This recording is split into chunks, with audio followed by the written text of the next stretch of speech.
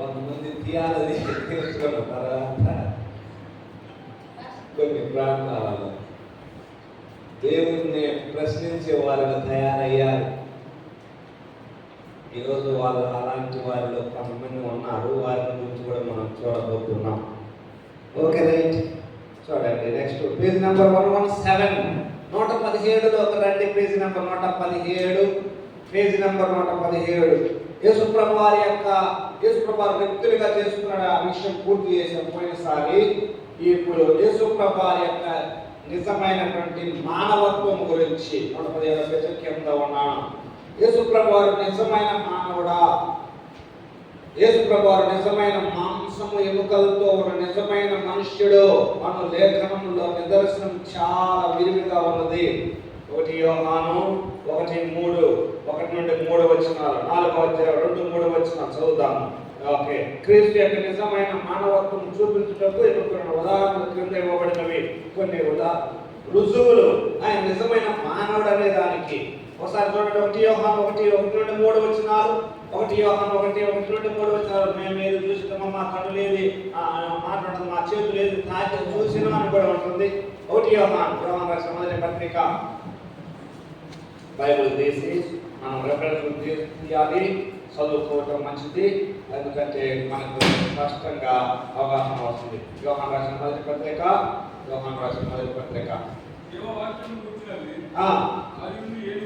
ఆది నుండి ఏది ఉండేనో మేము ఏది వింటిమో, ఏది చూస్తున్నామో కనులారా, ఏది నిదానించి కనుగొంటిమో, మా చేతులు దేనిని తాకి చూసాను. చేతులు తాకి చూసినవి అన్నాడు. మేము చూసాము, నిదానించి కనుగొన్నాము, చేతులు తాకాయి అంటున్నాడు యోహాను. మా చేతులు తాకాయి. యేసుప్రభు వారు రొట్టె వారికి అందించారు. యేసుప్రభు వారు ఆయన చేతుల్లో ఆ గాయాలను వేలు పెట్టాడు తోమ, అప్పుడు నమ్మాడు. ఓకే, చేతులు వేటిని తాకి చూసినో ఆయన నిజమైన శరీరం కలిగి ఉన్నాడనే దానికి నిదర్శనాలు. నిజమైన శరీరం కలిగి ఉన్నాడు యేసుప్రభు. రక్తమాంసంలో మనలాంటి రక్తమాంసం శరీరమే యేసుప్రభుకి ఉన్నది ఈ లోకంలో ఉన్నప్పుడు. అది అర్థం చేసుకోవాలి స్పష్టంగా. 4:2-3 వచనాలు. యేసుక్రీస్తు శరీరధారి వచ్చనని ఏ ఆత్మ ఒప్పుకున్నది దేవుని సంబంధమైనది, ఏ ఆత్మ యేసుప్రభువును ఒప్పుకున్నది దేవుని సంబంధమైనది కాదు. దీన్ని బట్టి దేవుని ఆత్మను వెలుగులో క్రీస్తు విరోధి ఆత్మ వచ్చనని మీరు వినిన సంగతి ఇదే. ఇది వారికి అది లోకంలో ఉన్నది. అంటే యేసుక్రీస్తు శరీరధారిగా రారా, జస్ట్ అపియర్, కనిపించాడు, ఆయన జస్ట్ కనిపించాడు అని చెప్పేది కదా. అట్లా బోధించిన వారు చరిత్రలోనే ఉన్నారు, అప్పుడే ఉన్నారు, ఆ రోజుల్లోనే ఉన్నారు. ఎందుకంటే ఆ రోజుల్లో గ్రీక్ ఫిలాసఫీ ఉండేది. గ్రీక్ ఫిలాసఫీ ఏం బోధించేదంటే, ఓకే, మానవుని శరీరం చూడండి, మెటీరియల్ ఈజ్ బ్యాడ్, ఈవిల్ అనేవాళ్ళు. Material is evil, spirit is good అనేవాళ్ళు. అంటే ఆత్మ సంబంధమైనది మంచిది, భౌతిక సంబంధమైన అంత ఈవిల్, అది అంత భయంకరమైనటువంటి పాప సంబంధమైనది. దేవుడు ఆత్మస్వరూపి, అంటే దేవుడు పరిశుద్ధుడైన ఆయన మెటీరియల్గా ఎట్లా వస్తాడు అంటే పరిశుద్ధులైన ఆయన ఈ పాప సంబంధమైన దాంట్లో రాడు, అది అసంభవము అని బోధించారు గ్రీక్ ఫిలాసఫర్స్. కాబట్టి అది ఆ రోజుల్లో మనుషుల్లో బాగా వ్యాపించి ఉన్నది. కాబట్టి అందుకోసమే ఇప్పటికే ఆల్రెడీగా ఉన్నది అంటున్నాడు యోహాను. ఏమంటున్నాడు 4:2-3లో? అది ఇప్పటికే ఇది వరకే అది లోకంలో ఉన్నది. చూసారా 3వ వచనం చివరలో ఇది వరకే ఉన్నది అంటే ఆ ఆలోచన ఇది వరకే ఉంది, అప్పుడు కాదు, ముందే ఉంది. కాబట్టి యేసుప్రభు వారు నిజమైన శరీరం కలిగి ఉన్నాడనే దానికి వాక్యాలు ఇవి నిదర్శనం. చూడండి, ఆయన నిజమైన శరీరంలో నిజమైన బాడీ కలిగి ఉన్నాడంటే ఆయన మానవుల్లాగా చిన్నపిల్లవాళ్ళలాగా పెరిగాడు అనే వాక్య భాగాలు ఉన్నాయా లేవా? బాలుడు ఎదుగుచుండెను అనేటువంటి మాట. ఓకే, లోక స్వార్థ 2:40 వచనం నుండి చూడండి ఒకసారి. నిండుకొంచు ఎదిగి ఫలం పొందుకొంచు, జ్ఞానంతో నిండుకొంచు, ఎదిగి ఫలం పొందుకొంచు ఉన్నాడు ఆయన. చాలు. ఆ తర్వాత ఆయన నిద్రపోయాడు. ఒక్కొక్కసారి ఆయన అలసిపోయారు యేసుప్రభు. యేసుప్రభు అలసిపోయారు. అలసిపోయినప్పుడు, బాగా టైర్డ్ అయిపోయినప్పుడు ఎవరికి వస్తుంది నిద్ర? నిజానికి బాడీలో ఉన్నటువంటి వాళ్ళే అలసిపోయారు. అన్ని జంతువులు కూడా నిద్రపోతా ఉంటాయి, ఓకే, మనుషులు నిద్రపోతా ఉంటారు. అలసిపోయేటప్పుడు అంటే అలసిపోవడం అనేది దేనికి సంబంధించింది? అలసిపోవడం బాడీకి సంబంధించింది, భౌతికమైన దానికి సంబంధించింది. దేవులతో నిద్రపోతారా? నిద్రపోతారా? దోస్తా ఉన్నా దేవదత్తులు నిద్రపోతారు. ఎందుకంటే శరీరం లేదు, వారికి శరీరము లేదు కాబట్టి వాళ్ళకి నిద్రపోయే అవసరం లేదు. They are not tired. వాళ్ళకి టైర్డ్ అయిపోరు, వాళ్ళు అలసిపోరు. ఎందుకని? అలసిపోయేది తత్వం దేంట్లో ఉంది? ఈ బాడీ ఎవరికైతే ఉందో వాడికి అలసిపోయే తత్వం ఉంది. యేసుప్రభువుకి బాడీ ఉంది కాబట్టి ఆయన అలసిపోయిన రీతినే నిద్రించుతుండేమో.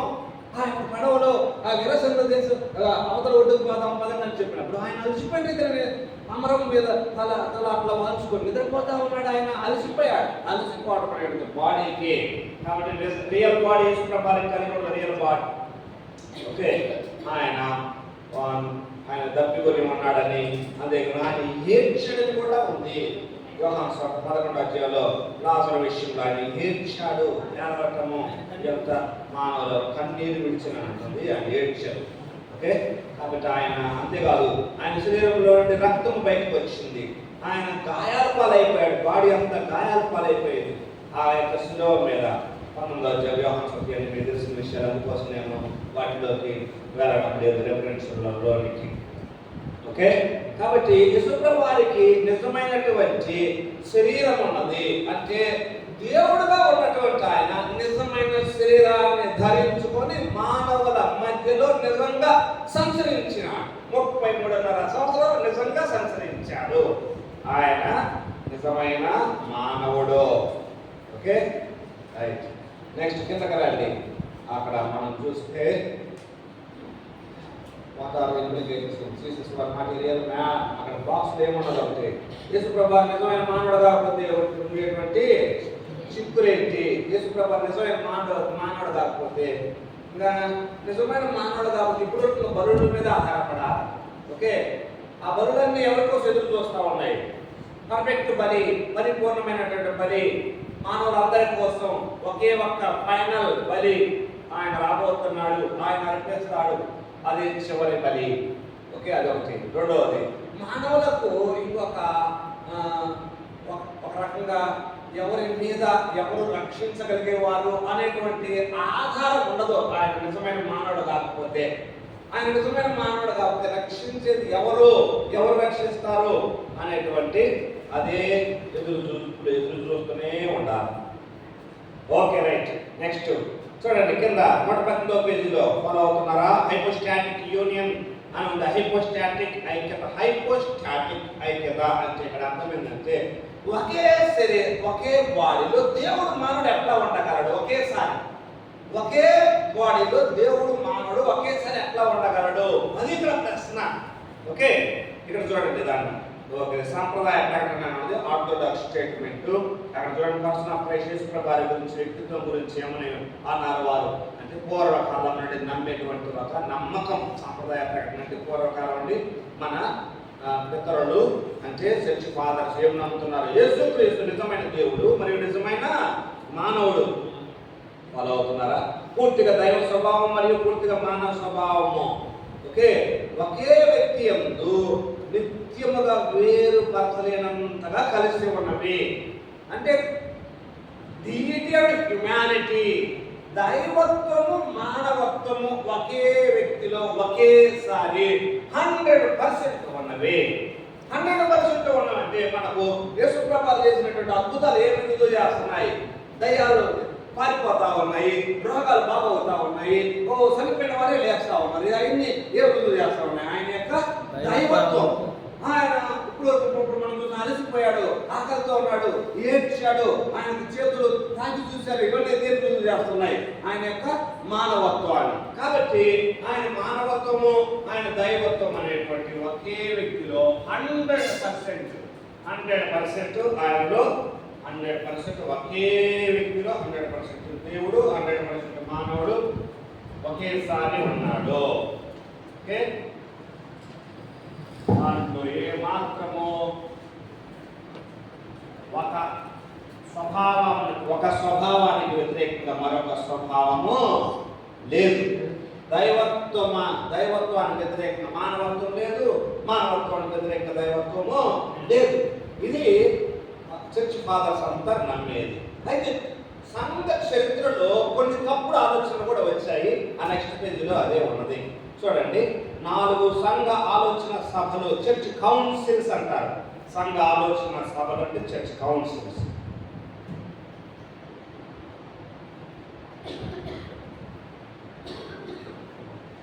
చర్చ్ కౌన్సిల్స్ 4 సభల ద్వారా ప్రాముఖ్యమైన సభలు ఇవి. నైసియా సభ 325లో, రెండవది కాన్స్టాంటినోపల్ 381లో, మూడవది ఎఫెసస్ 431లో, ఐదవది చాల్సిడన్. ఈ 4 సభలు క్రీస్తు యొక్క దైవత్వం, మానవత్వం, క్రీస్తు యొక్క ఆయన గురించి ప్రత్యేకమైనటువంటి కొన్ని సమావేశాలు వేసి ఫైనల్గా ఒక డెసిషన్ తీసుకున్నారు. అయినప్పటికీ వాళ్ళల్లో కొందరు తప్పుడు ఆలోచన కలిగిన వాళ్ళు కూడా లేకపోలేదు. చూడండి, నైసియా సభలో 325, నైసియా సభ ఒకటోది క్రీస్తు తండ్రి వలె ఒకే సారాంశము, తన తండ్రి వలె ఒకే సారాంశం అంటే అసలులో ఒకటిగానే ఉన్నాడు, ఉనికి కలిగి ఉన్నాడు. అయితే వ్యక్తిగా వేరుగా ఉన్నాడు. తండ్రికి మానవ రూపం ఉన్నదా? లేదు. పరిశుద్ధాత్మకు మానవ రూపం లేదు. తండ్రి లాగా ఉన్నాడు, నేను తండ్రి ఒకటే అని చెప్పినాడు, కానీ తండ్రికి మానవ రూపం లేదు. ఆ విషయంలో మాత్రమే తేడా యేసుప్రభువు.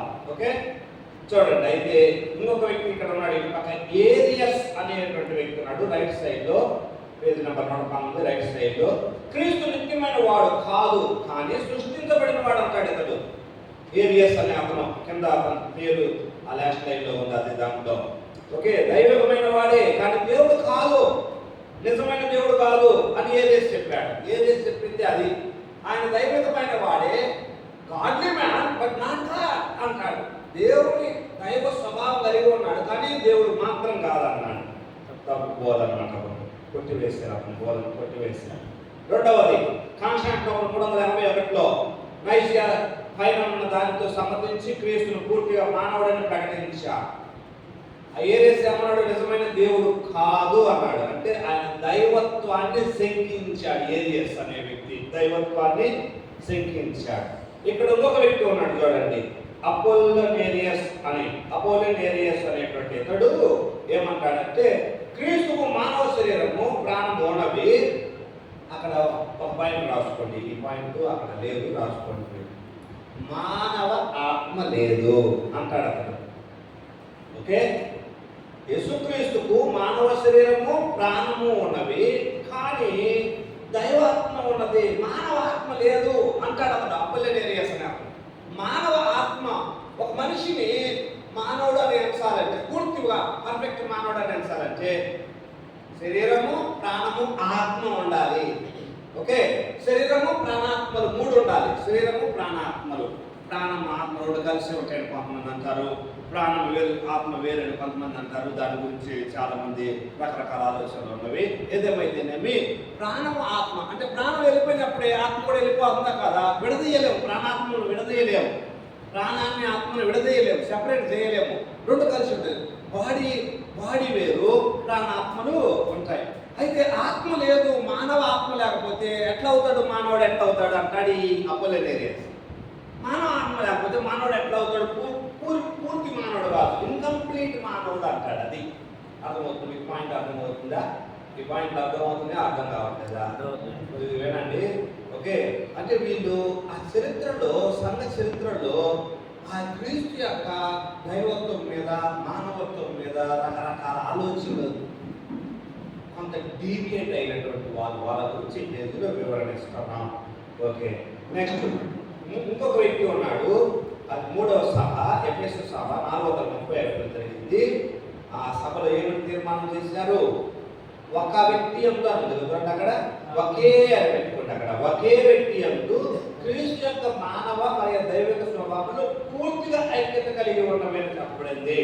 అంటే ఈ యొక్క ఎఫెసు సభలో 100% దేవుడు, 100% మానవుడు, 100% దేవుడు, 100% మానవుడు అని ఒక నిర్ణయం చేసేసారు. ఓకే, దానికి ఒక వ్యక్తి బయటకు వచ్చాడు. చూడండి, అతనేమంటాడంటే నెస్టోరియస్.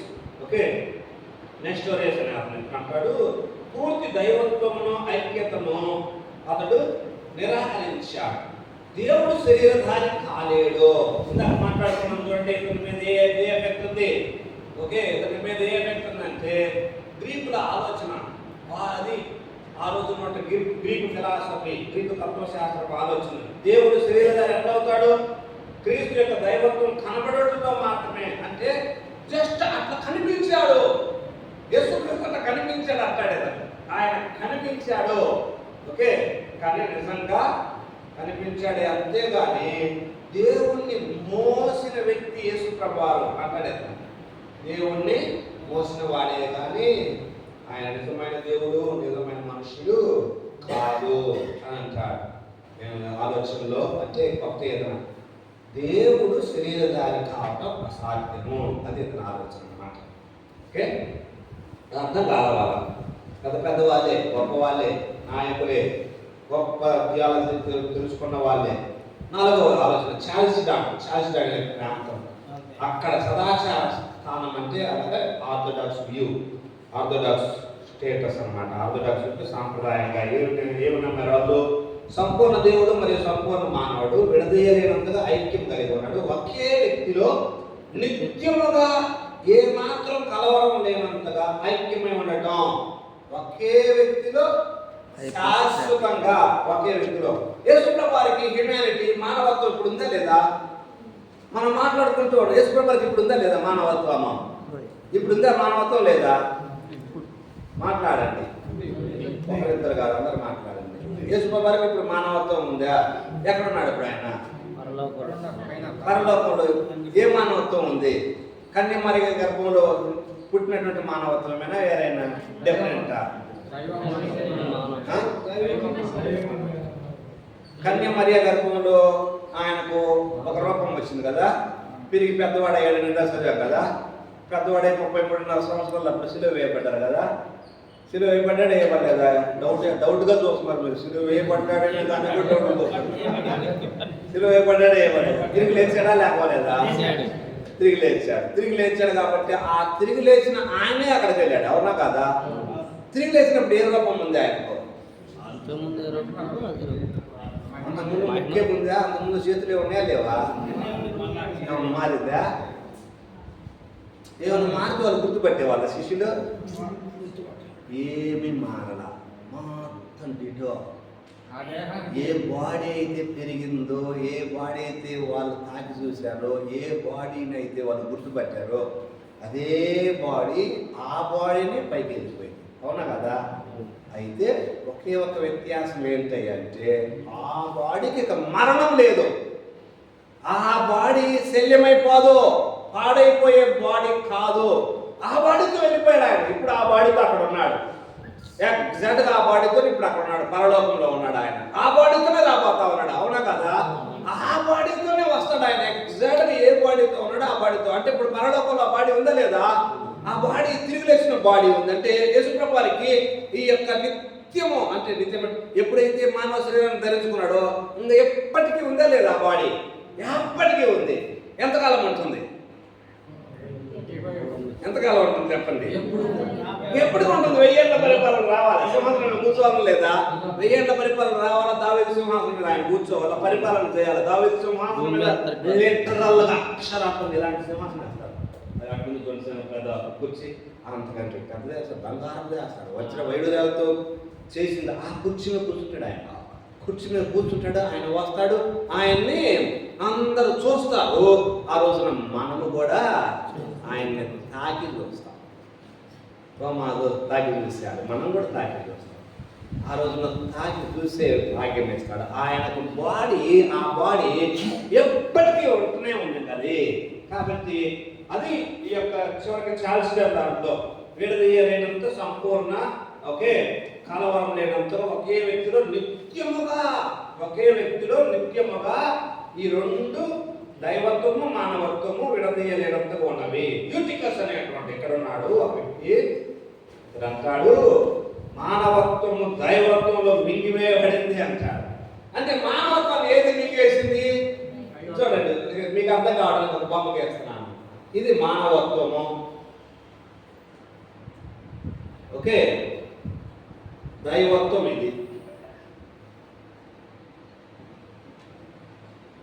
దైవత్వం అనేటువంటి ఈ పెద్ద సర్కిల్ మానవత్వం అనే చిన్న సర్కిల్ మింగేసింది. అది అలాంటి ఏమంటాడు అతడు? దైవత్వం అనేటువంటిది ఆయన మానవత్వాన్ని మింగివేసింది అని అంటారు. ఓకే, కాబట్టి నిజమైన మనుషుడు కాదు ఆయన. ఏం కనిపిస్తుంది? కేవలం దేవుడే. దేవుడు కాబట్టి లేకపోగలడండి సమాధిలో నుండి అన్నాడు ఆయన. నిజమే, దేవుడు కాబట్టి లేకపోగలిగాడు. కానీ ఆయన మానవుడిగా శిలోకి ఎక్కడెక్కలేదా? మానవుడిగా శిలోకి ఎక్కడ? మానవ బాడీ ఉంది కాబట్టి ఆ బాడీకి బాగా దెబ్బలు తగిలాయి, ఆ బాడీలో రక్తం వచ్చింది, ఆ బాడీలో చెడు సరిపోయిన తర్వాత పొడిస్తే, బల్లెంతో పొడిస్తే ఏమొచ్చింది? నీరు వచ్చేసేసింది, రక్తం అంతా పోయింది. కాబట్టి ఏం దేంట్లో ఉంటాయి? బాడీలో ఉంటాయి. కాబట్టి ఆ బాడీకి ఇవంతా జరిగింది. ఓకే, హైపోస్టాటిక్ యూనియన్ గురించి కొన్ని రెఫరెన్స్లు ఉన్నాయి మీకు అక్కడ నెక్స్ట్ పేజీలో. అంటే ఒకే బాడీలో దైవత్వము మానవత్వము పర్మనెంట్ గా ఉన్నవి అనేటువంటిది నెక్స్ట్ పేజీలో మీరు చూసుకోవచ్చు. అవన్నీ చూడండి, ఒకటి రెండు రెఫరెన్స్ తర్వాత ముందుకు వెళ్దాము. నెక్స్ట్ పేజీలో పేజ్ నెంబర్ 120లోకి రండి దయచేసి. ఓకే, చిన్నతనం నుండి యేసుప్రభువారికి దైవికమైన మనసాక్షి ఉందా లేదా? రెండవ ఆయన మీరు ఎక్కడున్నావు తల్లి అడుగుతాది అంటే అప్పుడు ఏమంటాడు ఆయన? నేను నా తండ్రి పనుల మీద ఉండవాలని మీరు ఎదురా అంటాడు కదా. ఎంత వయసు అప్పుడు యేసుప్రభువారికి? 12 ఏళ్ళ వయసు. 12 ఏళ్ళు అంటే మనం భాషలో చెప్పాలంటే 6-7 క్లాసులు చదివేవాడు పిల్లవాడు. అవునా కదా? 6-7 క్లాసులు చదివే పిల్లవాడికి ఏముంది మనసులో? ఆయన చిన్నప్పటి నుంచి ఏమున్నది? నా తండ్రి పనుల మీద ఉండాలా అని ఉన్నది. అంటే నేను ఎందుకు వచ్చాను, నేను ఈ పని మీద వచ్చాను, నేను ఈ పని మీద వచ్చాను అని ఆయనకు చిన్ననాటి నుండి ఉన్నది ఆలోచన. ఓకే, చూడండి మళ్ళా కిందకి రండి, కొన్ని రెఫరెన్సెస్ చూద్దాం. రోమా 8:3-4 చూడండి. నేను కింద లాస్ట్లోకి వచ్చాను. రోమా 8:3-4. రోమా 8వ అధ్యాయము 3-4 వచనాలు.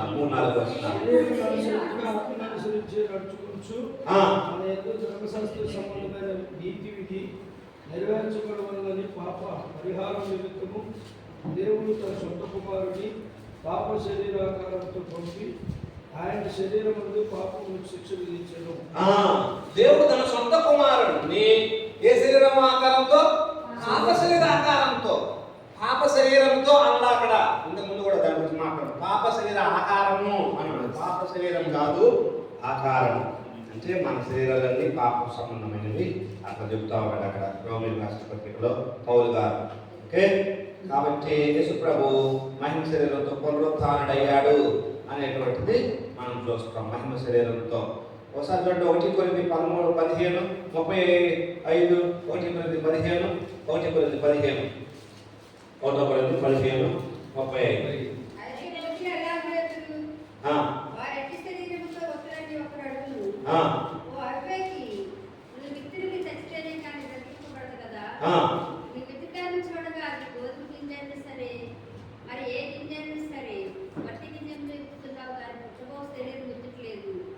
అయితే దేవుడే తన చిత్త ప్రకారం విత్తిన దానికి శరీరం ఇచ్చును, మరియు ప్రతి విత్తనముకు దాని శరీరం ఇస్తున్నాడు. మాంసమంతయు ఒక విధమైనది కాదు, మనిషి మాంసం వేరు, మృగమాంసం వేరు, పక్షి మాంసం వేరు. 42 వచనంలో మృతుల పునరుద్ధరణ అలాగే శరీరం క్షయమైనదిగా వ్యక్తపడి అక్షయమైనదిగా లేపబడు, ఘనహీనమైనదిగా వ్యక్తపడి మహిమ గలదిగా లేపబడు, బలహీనమైనదిగా వ్యక్తపడి బలమైనదిగా లేపబడు, ప్రకృతి సంబంధమైన శరీరముగా వ్యక్తపడి ఆత్మ సంబంధమైన శరీరముగా లేపబడు. ప్రకృతిమైన సంబంధమైన శరీరం ఉన్నది, దానికి ఆత్మ సంబంధమైన శరీరం కూడా ఉంది. అంతేనా కాదా? చూడండి, అక్కడ ప్రకృతి సంబంధమైన శరీరం ఎంత రియలో ఆత్మ సంబంధమైన శరీరం కూడా అంతే రియల్. ప్రకృతి సంబంధమైన శరీరం ఉంది, దీన్ని తాకాము మేము, దాన్ని ఆయన ఆ బాడీ పొడవబడింది, ఆ బాడీ కొట్టబడింది. ఎగ్జాక్ట్గా అదే బాడీని సమాధి చేశారు. 3 రోజులు చూస్తే సమాధిలో బాడీ లేదు, సమాధిలో బాడీ లేదు. బాడీని ఎక్కడ ఎవరైనా ప్రజెంట్ చేశారా? అయ్యా బాడీ ఈ బాడీ ఎక్కడ వేరే చోట తీసుకుని నక్కలు తీసుకుని కుక్కలు తీసుకుని అని చెప్పడానికి ఎవరైనా ప్రజెంట్ చేశారా? బాడీ డెడ్ బాడీని ప్రజెంట్ చేశారా? డెడ్ బాడీని ప్రజెంట్ చేయాల. సజీవైన బాడీని ఎంతమంది చూశారు? 500 మంది కంటే ఎక్కువ మంది చూశారు. చూడలేదా? Just in the period of 40 days లో 40 రోజులు 500 మంది కంటే ఎక్కువ మంది చూశారు. చూడలేదా? ఇంతమంది సాక్ష్యము కొట్టే అంత తీసేనా ఎవరు చెప్పగలరా? ఇదంతా అభూత కల్పనలో కల్పించిన కథలు అని అనగలరా? ఒకరిద్దరు సాక్ష్యం ఉంటే సరే, వాళ్ళిద్దరు భ్రమలో పడ్డారు అనుకోవచ్చు. 500 మంది సాక్ష్యం కొట్టేయగలరా? కొట్టివేయలేరు. కాబట్టి సాక్ష్యం అన్నది ఆయన బాడీతో లేచాడు అనేటువంటి దానికి సాక్ష్యం ఉన్నది. అందుకోసమే చరిత్ర యేసుప్రభు వారి యొక్క మరణ, భూస్థాపన, పునరుత్థానములను కొట్టివేయలేకపోయింది చరిత్ర. అందుకోసమే ఏడి BC అనేటువంటిది చరిత్రలో వచ్చింది. ప్రపంచమంతా ఏడి BC మీదనే నడుస్తూ ఉంది. Okay right. ఇప్పుడు బాప్తిజం, మరి బాప్తిజం చేసుకోవడం బాప్తిజం ఎందుకంటే చూడండి, అక్కడ ఒక ప్రశ్న. యేసుప్రభువుకి బాప్తిజం అవసరం కానీ ఎందుకు బాప్తిజం? What is the purpose? ఎందుకు బాప్తిజం ఆ రోజుల్లో? ఓకే, ఇప్పుడు ఆయన యేసుప్రభువు యొక్క మానవత్వం మీద మనం చదువుతూ ఉన్నాము. Okay right. చూడండి, అక్కడ బాప్తిజం యొక్క ప్యాసేజీలోకి రండి దయచేసి. బాప్తిజం యొక్క ప్యాసేజీ మత్తయి సువార్త 3 రండి. బాప్తిజం ప్యాసేజీలోకి రండి. మత్తయి సువార్త 3 దొరికిందా? మత్తయి సువార్త 3 అధ్యాయము 1 నుండి. మత్తయి సువార్త 3 అధ్యాయం 1. సమీపించి ఉన్నది. మారుమనసు పొందుడని యూదయ అరణ్యంలో ప్రవచించుచుండెను. బాప్తిస్మం యోహాను మారుమనసు పొందండి అని ప్రకటిస్తా ఉన్నాడు. ప్రభు మార్గం సిద్ధపరచుడి, ఆయన త్రోవలు సరళం చేయడని అరణ్యంలో కేకవేయున ఒక శబ్దము అని ప్రవక్త అయిన యెషయా ద్వారా చెప్పబడిన వాడెత్తడే. పరిసయ్యుల్లోనూ సదుసీయుల్లోనూ అనేకులు బాప్తిసం పొందవచ్చును చూసి సర్వ సంతానము రాబో ఉగ్రతలు తప్పించుకొనుటకు మీకు బుద్ధి చెప్పగలవాడెవడు? మారు మనసుకు తగిన ఫలం పొందించి. ఓకే చూడండి, తర్వాత అందరూ వస్తున్నారా? మేమేం చేయాలి అంటున్నారా? అప్పుడు యేసుప్రభు వారు వచ్చారు. ఓకే, యేసుప్రభు వారు అప్పుడు వస్తే ఆ సమయం 13వ వచనం, యేసుప్రభు వారు యోహాను చేత బాప్తిసం పొందుటకు గలిలయ నుండి యోర్దాను దగ్గర అతని వద్దకు వచ్చాను. అందుకు యోహాను చేత బాప్తిసం పొందవలసిన వాడినేమంటా, నీవు నా యొద్దకు వస్తున్నావా అని ఆయన నివారణ చూసాను. ఇంతకు ముందు వీరిద్దరికి ఎక్కడైనా సంభాషణ ఉన్నదా? ఇదే ఫస్ట్ ఎన్కౌంటరా? ఎన్కౌంటర్ అంటే ఎదురెదురు పాడటం. ఎన్కౌంటర్ అంటే ఎదురెదురు పాడటం. ఇదే ఫస్ట్ ఎన్కౌంటరా లేకపోతే ముందు వేరే సంభాషణ ఉందా? నేను అనుకుంటాను రిలేటివ్స్ వాళ్ళు ఫస్ట్ నెంబర్ రిలేటివ్స్, అవునా కదా? వాళ్ళిద్దరు రిలేటివ్స్, ఎలిజబెత్ మరి ఇద్దరు రిలేటివ్స్. ఒకసారి వాళ్ళిద్దరు గర్భంలో యేసుప్రభు వారు బాప్తిస్మం ఇచ్చే యోహాను గర్భంలో ఉన్నప్పుడే మరి వాళ్ళ ఇంటికి జరిగింది. అంటే బాప్తిస్మం ఇచ్చే యోహానుకి ఒక గ్రహింపు ఉన్నది. అదేమంటే ఆయన దేవుడు. ఆయన దేవుడు అయితే నా తర్వాత నా వెనుక పుట్టాడు. ఒక 6 నెలలు నాకంటే చిన్న తక్కువ వయసుతో పుట్టాడు. కానీ ఆయన దేవుడు అనే గ్రహింపు బాప్తిజం చేయాలన్నది. ఇప్పుడు యేసుప్రభు వారు రాగానే అందరూ వస్తుంటే పరిసయ్యులు పెద్దలా కదా పై వచ్చినప్పుడు ఏముంది, మనకేం దొరికింది అక్కడ? అందరూ ఆయన దగ్గరకు వస్తా ఉన్నారా? పెద్ద వాళ్ళు వచ్చి ఆయన దగ్గరకు వస్తా ఉంటుంటే సర్ప సంతానమా పరిసయ్యులలో సద్దూకైలలో, వాళ్ళు సామాన్యులు కాదండి. పరిసయ్యులు సద్దూకైలు అంటే పరిసయ్యులు ఏంటి?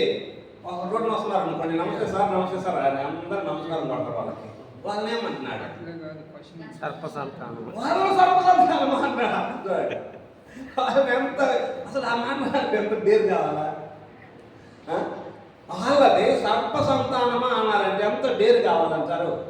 చాలా ఎక్కువ డేర్ కావాలి. కానీ ఈయన రాగానే ఏమేమంటున్నాడు? నీ చేత నేను బాప్తిజం పొందాల్సి ఉంటే నువ్వు నా దగ్గరకు వస్తావేంటి అంటున్నాడు. అంటే యేసుప్రభు వారికి బాప్తిజం అవసరం లేదా? బాప్తిజం ఇచ్చే యోహాను మాటలను బట్టి యేసుప్రభు వారికి అవసరం లేదా? అవసరం లేదు. బాప్తిజం ఇచ్చే యోహాను మాటలను బట్టి నీవు నాకు బాప్తిజం ఇవ్వాలి, కానీ ఇంతమంది నేను వేస్తున్నాను బాప్తిజం, వాళ్ళకి అవసరం సర్ప సంతానం. అది ఆయన వాళ్ళ సర్ప సంతానం మారు మనసు వాళ్ళు పొందాలా, కానీ నీకు అవసరం లేదు. అది బాప్తిజం. మరి ఎందుకు యేసుప్రభు ఏమన్నారు అక్కడ? యేసుప్రభు ఏమన్నారు చూడండి ఒకసారి. నీతి యావత్తు ఇలా జరగవలసి నీతి యావత్తు ఎందుకు యేసుప్రభు వారు వచ్చేసి బాప్తిస్మం ఇచ్చి యోహాను దగ్గర ఎందుకు బాప్తిస్మం తీసుకున్నాడు? ఒక సందర్భంలో మీకు జ్ఞాపకం ఉన్నదా? వాళ్ళు వచ్చేసేసి ఒక ప్రశ్న అడుగుతున్నారు. అదేం ప్రశ్న అంటే ఆ ప్రశ్న సరే జ్ఞాపకం రావట్లేదు. ఆ ప్రశ్నకు యేసుప్రభు నేను కూడా మిమ్మల్ని ఒక ప్రశ్న అడుగుతాను. బాప్తిస్మం ఇచ్చి యోహాను ఇచ్చిన బాప్తిస్మం దేవుని వలన పొందిందా లేకపోతే మానవ వలన పొందిందా? నాకు చెప్పండి అంటాడు. వాళ్ళు అంటారు మాకు తెలియదు అంటారు. వాళ్ళే అంటారు మాకు తెలియదు అంటారు. నేను కూడా మీకు చెప్పనండి. వాళ్ళు ఒక ప్రశ్న వేస్తారు, ఖచ్చితంగా అదేదో నాకు జ్ఞాపకం రావట్లేదు. అయితే వాళ్ళు వేసిన ప్రశ్నకు ప్రతి ప్రశ్న మళ్ళా ప్రశ్న యేసుప్రభు ఏం ప్రశ్న వేస్తారంటే నేను కూడా ఒక ప్రశ్న వేస్తాను, దానికి మీరు సమాధానం చెప్పండి, మీరు అడిగిన ప్రశ్న నేను సమాధానం చెప్తాను. ఆయన ఒక ప్రశ్న అడుగుతాడు. బాప్తిస్మం ఇచ్చి యోహాను ఇచ్చిన బాప్తిస్మము దేవుని వలన కలిగిందా లేకపోతే మనుషుల వలనే కలిగిందా అంటే వాళ్ళ అవతలకి వెళ్ళి అనుకుంటారు, అరే దేవుని వలన కలిగింది అంటే మరి మీరు ఎందుకు యాక్సెప్ట్ చేయలేదని ప్రశ్న మళ్ళీ వేస్తాడు. మనుషుల వలనే కలిగింది అని అంటే మరి ఎన్ని వేల మంది బాప్తిస్మం వాళ్ళందరూ పిచ్చోళ్ళ అనే ప్రశ్న కూడా వేస్తాడు. 2 బట్టలు చిక్కుకుంటారు మనం వదిలిపోయింది అని చెప్పేసి వాళ్ళు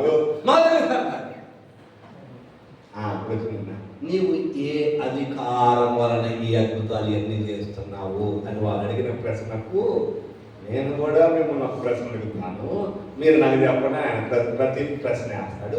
మొదలుంటే అప్పుడే అంటాడు నేను కూడా ఏ అధికారం వలన ఎన్ని చేస్తున్నాను మీకు చెప్పాల్సిన అవసరం లేదు. అదే దేవాలయం శుద్ధి చేయడం, లోకలయం పడవేయడం అన్ని వాటిని చేసిన సందర్భంలో అంటే బాప్తిస్మం ఇచ్చే యోహాను ఆ బాప్తిస్మం ఇచ్చే పని ఎవరి వల్ల ఇవ్వబడింది? ఎవరి మిషన్ ఒక మాట చెప్పాలంటే ఎవరి మిషన్, ఎవరి అపాయింట్ చేసిన మిషన్ అది? దేవుడు ఒక మిషన్ అపాయింట్ చేసి బాప్తిస్మం ఇచ్చే యోహాను పంపించాడు. దేవుడు పంపించాడు, అవునా కాదా? దేవుడు పంపించాడు. దేవుడు అంటే ఎవరున్నారు అక్కడ? తండ్రి, కుమార, పరిశుద్ధాత్మ ఉన్నారా లేదా? అంటే ఎవరు పంపారు బాప్తిస్మం ఇచ్చే యోహాన్ని? బాప్తిస్మం ఇచ్చే యోహాన్ని ఎవరు పంపారు? క్రితంలో ఉన్న తండ్రి కుమారుడు పంపినట్టే కాదా?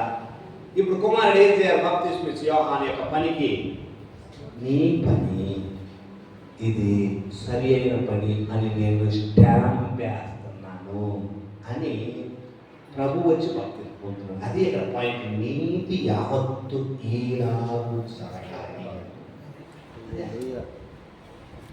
అర్థమవుతుందా? అంటే బాప్తిస్మం ఇచ్చే యోహాను పనికి దేవుడు ఏం వేస్తున్నాడు? ఆమోద ముద్ర వేస్తున్నాడు. అది ఇక్కడ పాయింట్.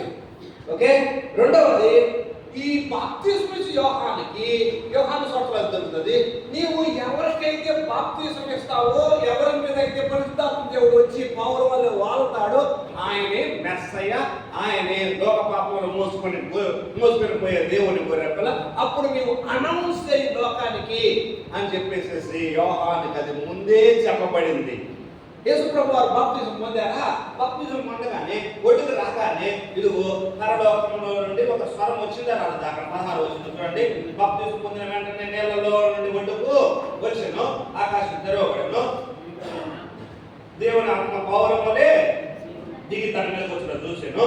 మరి ఇదిగో ఇయనే నా ప్రియకుమారుడు, ఈయన నేను ఆనందిస్తున్నాను ఒక శబ్దం ఆకాశం నుండి వచ్చాను.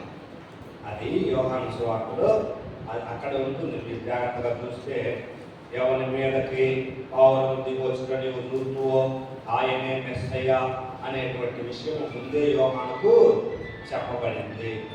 ఓకే, ఏమంటాడు అక్కడ? నేను ఆయన ఎరుగను. ఎక్కడంటే ఒక్కసారి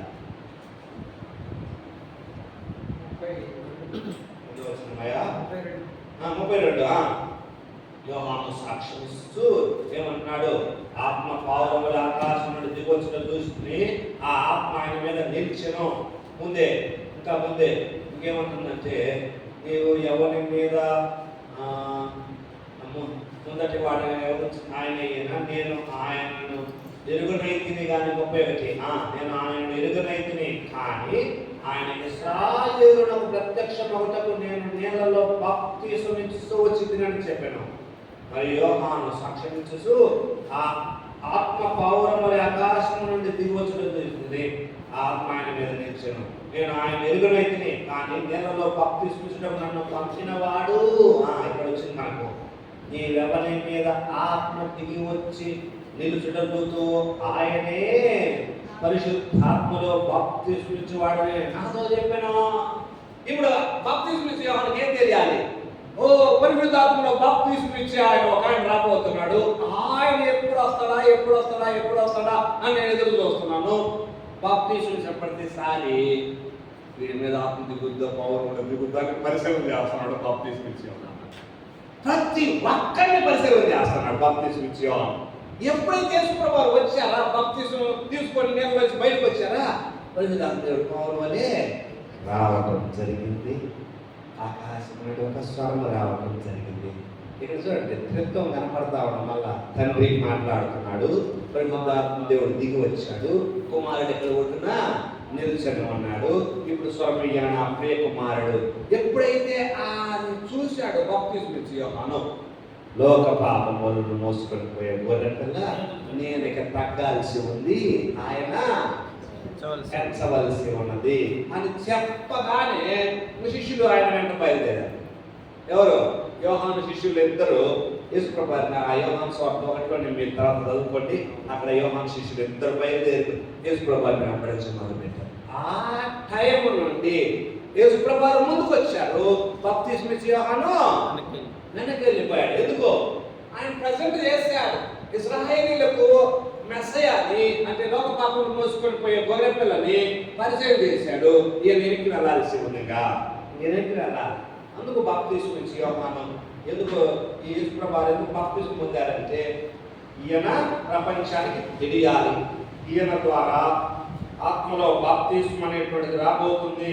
పరిశుద్ధాత్మ బాప్తిస్మ, ఈయన ఆత్మలో బాప్తిస్మ ఇస్తాడు. నేను నీళ్ళలో మీకు ఇచ్చానా, ఆయన అగ్నిలో ఆత్మలో బాప్తిస్మ ఇస్తాడు అని చెప్పేసి చెప్పడం జరిగింది. యేసుప్రభు పాపం చేసినందుకు కాదు బాప్తిస్మము, పాపము లేదు, ఆయనలో పాపం లేదు. కానీ ఆయన బాప్తిస్మ ఇచ్చే యోహాను యొక్క పనికి ఆయన ముద్ర వేస్తున్నాడు. ప్లస్ ప్రపంచానికి ఆయన గొర్రెపిల్ల అనేటువంటిది యోహాను సాక్ష్యం ఇవ్వాలి.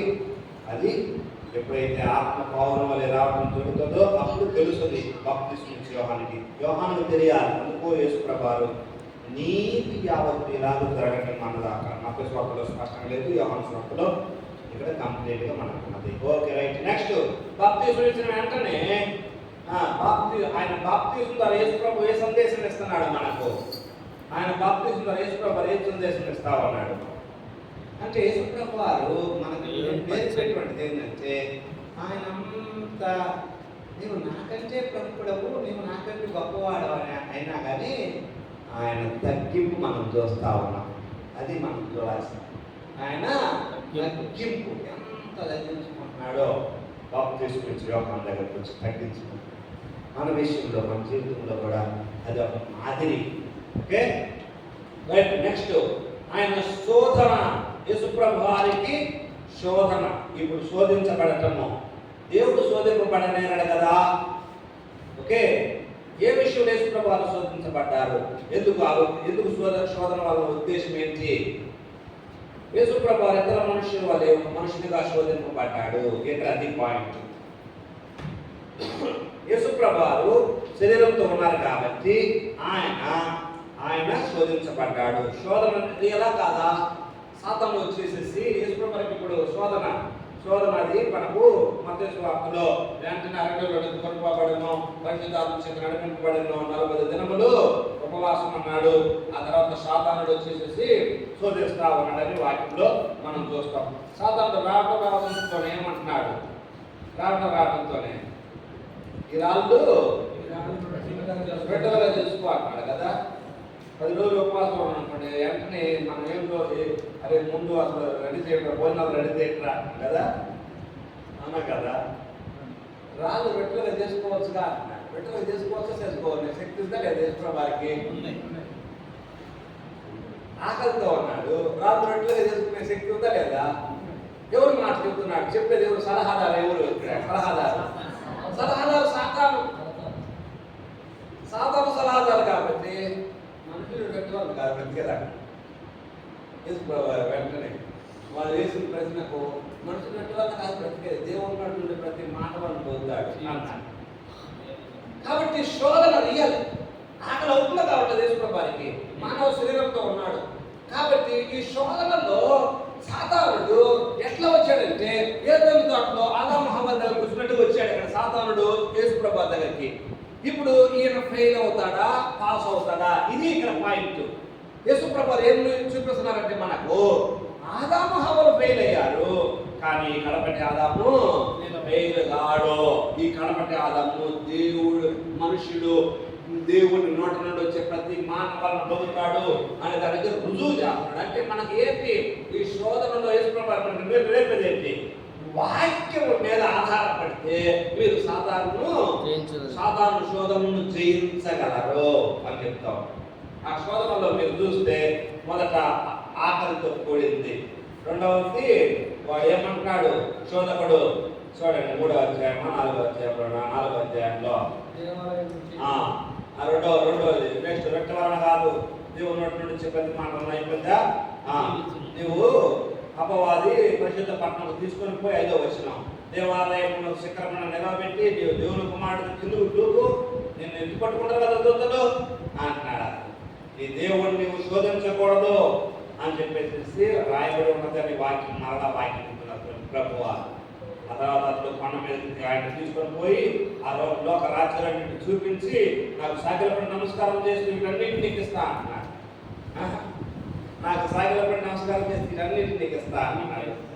అయితే ప్రభు అన్నాడు, సాతానా ఓమో, ప్రభు అయిన దేవుని మొక్కి ఆయన మాత్రమే సేవకుని రాయబడి ఉన్నది. కాబట్టి అపవాది వెళ్ళిపోయాడు. అపవాది వల్ల కాల. ఇప్పుడు ఎందుకు అపవాది ఆయనకు నీకు ఈ లోక రాజ్యాలను ఇస్తా అంటున్నాడు? లోకరాజ్యాలన్నీ డెఫినెట్గా ఆయన కాబోతున్నావా? అవుతాయా కావా? లోకరాజ్యాలన్నీ ఆయనవి అవుతాయా కావా? మొత్తం ఆయన పరిపాలన చేయకూడదు. కానీ ఎప్పుడు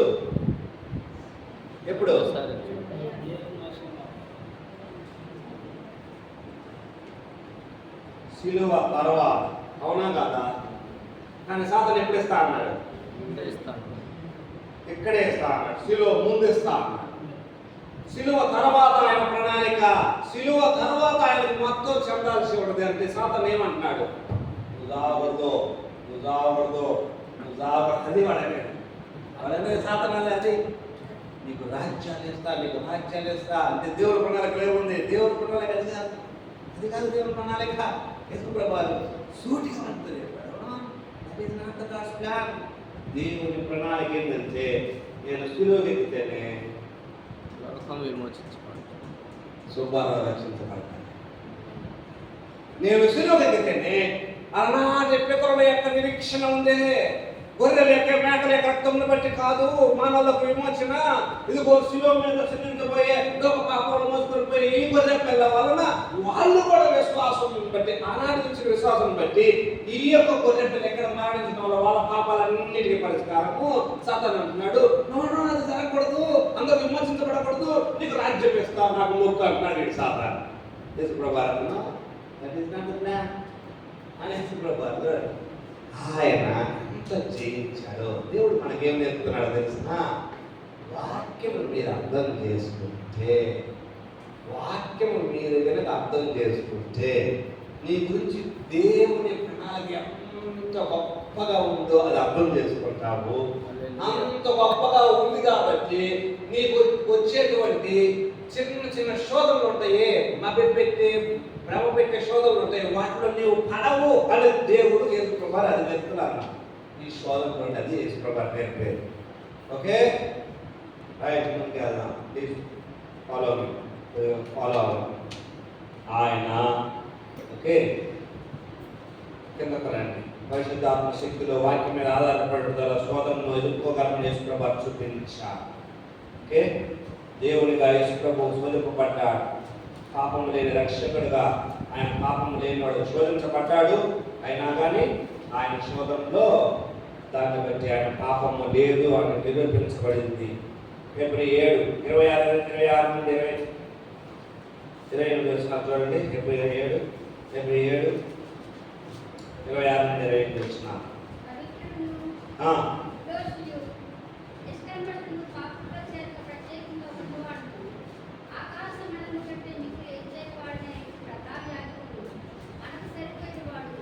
ఇంటి ప్రధాన యాజకుడు మనకు సరిపోయిన వాడు అంటున్నాడు హెబ్రీ గ్రంథకర్త. ఓ పరిశుద్ధుడేనా, ఇంటి ప్రధాన యాజకుడు మనకు సరిపోయిన వాడు, పాపము లేనివాడు అనేటువంటి మాటలు అక్కడ చూడండి. ఇంటి ప్రధాన యాజకుడు మనకు సరిపోయిన కదా. ఇంకా ముందు ఉందమ్మా చదవండి.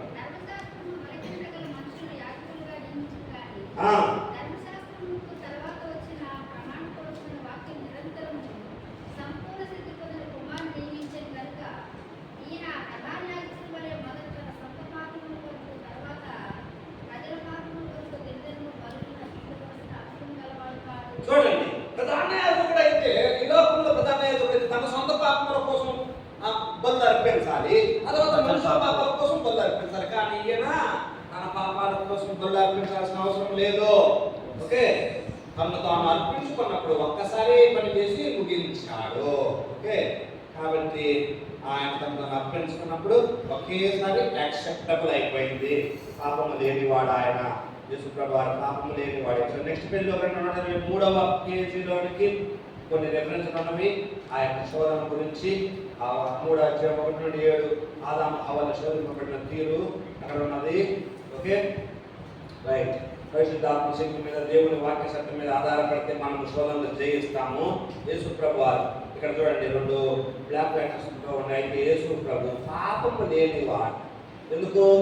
పాపము లేనివాడు కాబట్టి పాపము చేయలేడు ఆయన. ఆయన పాపము లేనివాడు కాబట్టి, ఎందుకో ఆయన దేవుడు కాబట్టి పాపము చేయలేడు. ఓకే, పాపం లేదు, పాపం చేయలేడు. ఓకే, ఇంకోటి రెండోది చూడండి, అక్కడ పాపము చేయగలడు అని ఉంది చూడండి. అక్కడ టెక్స్ట్ బుక్లో చేయగలడు అని ఉంది కదా, అది రాంగ్. తెలుగు ట్రాన్స్లేషన్ సరిగ్గా పర్లేదు అనుకోండి. నేను పాపము చేయకుండా ఉండగలడు అని రాసుకుంటా. అక్కడ పాపము చేయకుండా ఉండగలడు. నెక్స్ట్ బుక్లో ఫాలో అవుతున్నారా?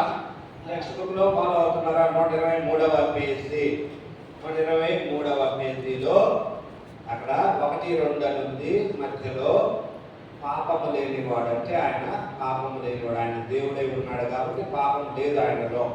రెండవది, ఆయన పాపము చేయగలడు అని ఉంది అక్కడ, అది రాంగ్. సరిగా పల్లా అది ట్రాన్స్లేషన్. పాపము చేయకుండా ఉండగలడు, ఆ పక్కనే ఉన్నది ఎక్స్ప్లెనేషన్. పాపము చేయకుండా ఉండటకు సమర్థుడు, ఎందుకనగా మానవునిగా ఆయన పూర్తిగా దేవుని మీద ఆధారపడ్డాడు. కాబట్టి పాపం చేయకుండా ఉండగలడు ఆయన. ఆయన పాపము లేదు ఆయనలో. ఒకటి, పాపం చేయకుండా ఉండగలడు. ఎందుకు? ప్రతి దానికి దేవుని మీద ఆధారపడతా ఉన్నాడు, పరిశుద్ధాత్మ మీద ఆధారపడతా ఉన్నాడు, వాక్యం మీద ఆధారపడతా ఉన్నాడు. పాపం చేయకుండా ఉండగలడు అంటే మానవులకు ఆయన మంచి మాదిరినా కాదు. శోధన సమయంలో పాపము చేయలేదు ఆయన. కాబట్టి మనకు ఒక మాదిరి రోల్ మోడల్ అంటే మనం ఎవరిని చూపించవచ్చు? Jesus is my role model అని చెప్పవచ్చు. ఓకే, కొంతమంది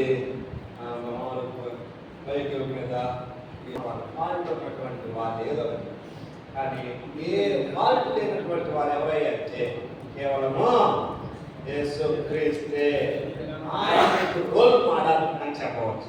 ఓకే, కాబట్టి యేసుప్రభు ఆయన మానవ స్వభావం బట్టి పాపము చేయగలడు, కానీ ఆయన దైవ స్వభావాన్ని బట్టి పాపము చేయలేడు. మానవ స్వభావము దేవుడి మీద పూర్తిగా ఆధారపడింది. గుర్తుపెట్టుకోవాలి, మానవ స్వభావమే కానీ పాపము లేని స్వభావం. ఓకే, అది పాపము లేని స్వభావం.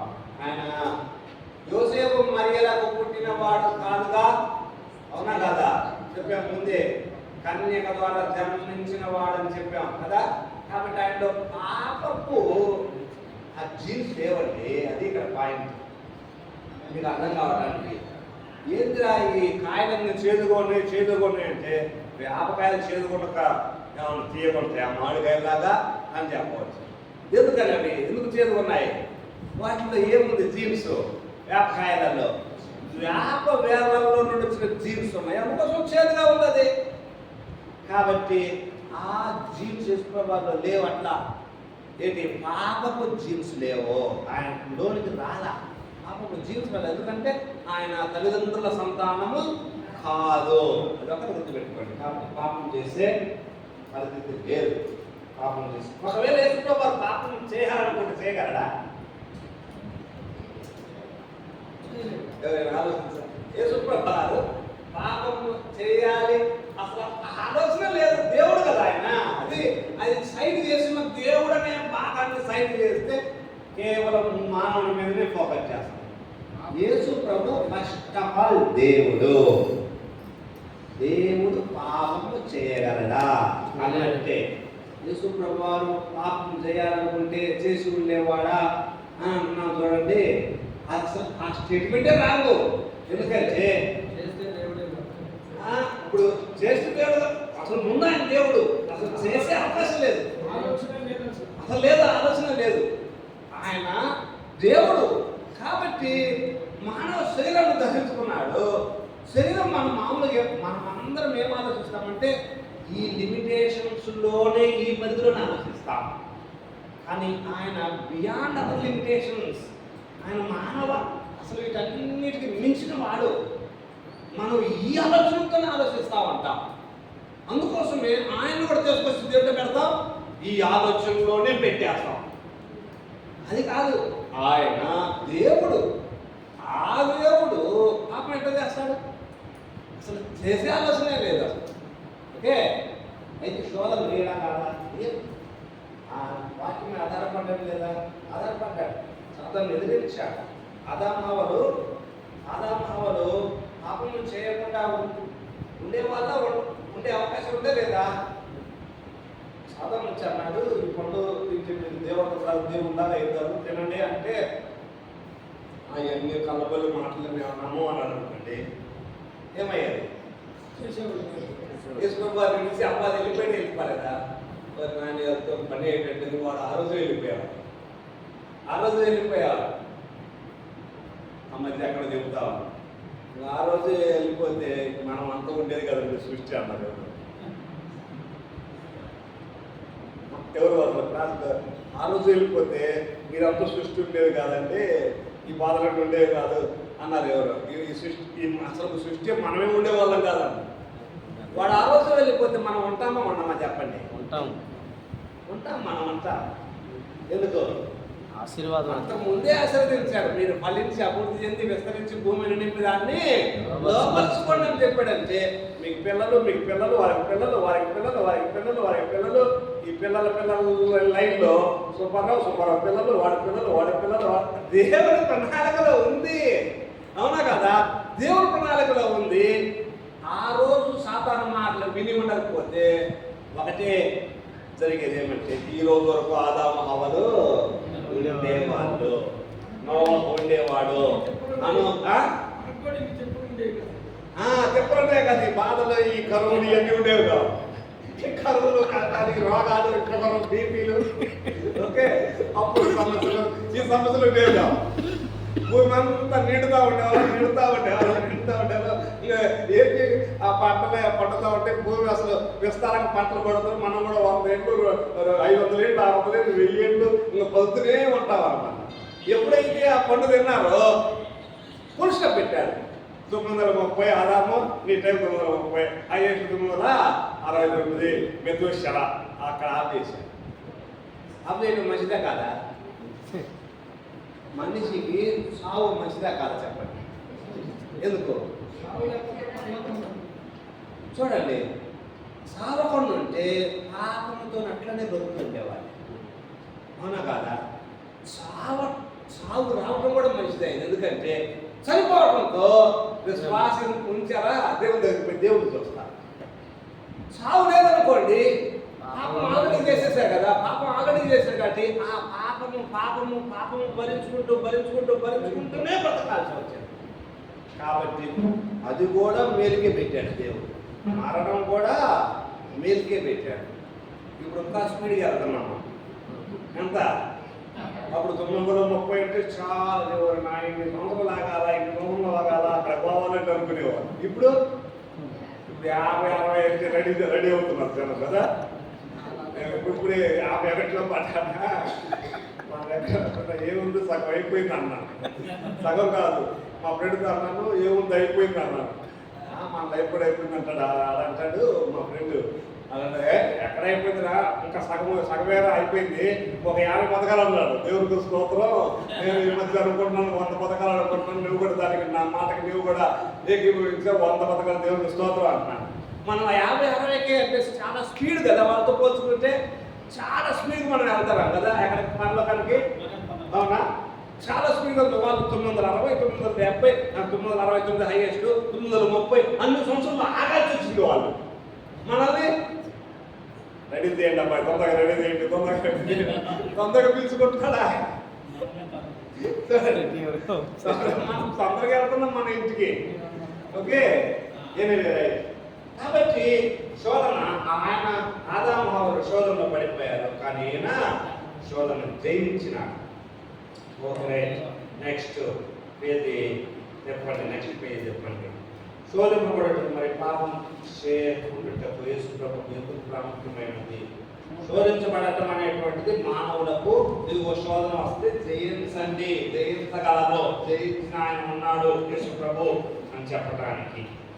పాపము చేయకుండా యేసు ప్రభువుకు ఎందుకు ప్రాముఖ్యమైనదంటే పాపము లేని వాడే మానవులకు మంచి మాదిరిగా ఉండగలడు అని చెప్పుకోవచ్చు. అక్కడ ఆయన పాపము లేని జీవితము. నెక్స్ట్ పేజీ 124వ పేజీ.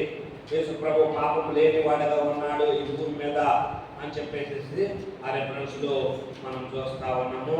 ఆ రెఫరెన్స్లలో 1-2 రెఫరెన్స్ చూద్దాం. యోహాను సువార్త 1:29 చూడండి. యోహాను సువార్త 1:29. ఏప్రిల్ 4:15 కూడా చూడండి. ఒకరు ఏప్రిల్ 4:15.